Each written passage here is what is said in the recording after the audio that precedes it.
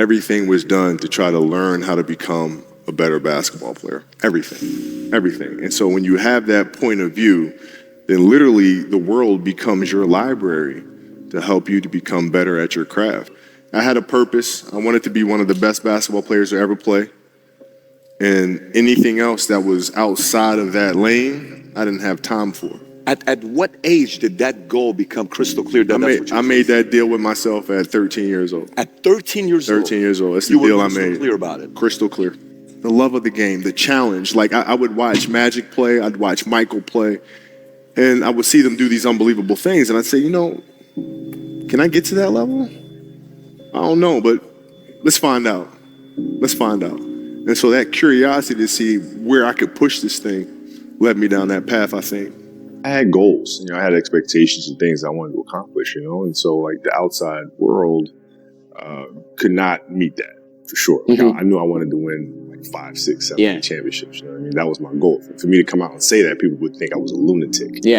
So no matter what they said or what they threw at me, my expectations were certainly higher. When I was 18, 20, and 21 years old, I wanted to play basketball. I was consumed with this quest of trying to be the best, and we weren't there yet. There's so many things I had to figure out. Like, am I training properly? Am I working on the right things on the court? There's so many things to do. I didn't have time to go and, hang out over here. If you start today, you're going to have benefits in the future.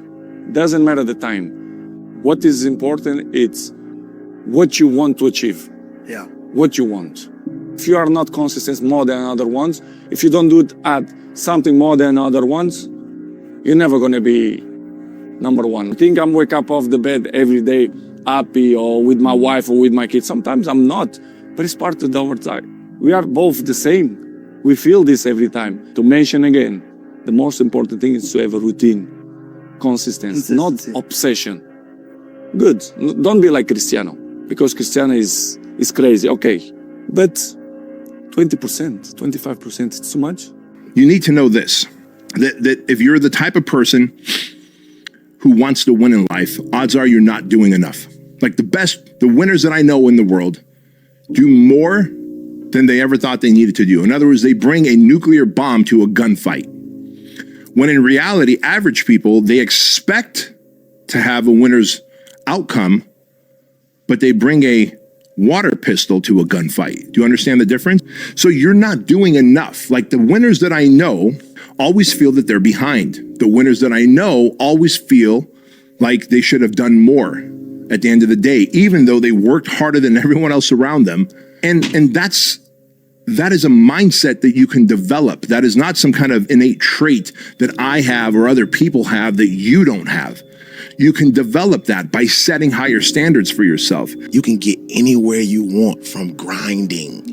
I had a conversation with a young man this morning. We were going over our schedule, and based on the schedule, it didn't start till about 8:30. And they asked me, well, why are you up at 4 o'clock in the morning?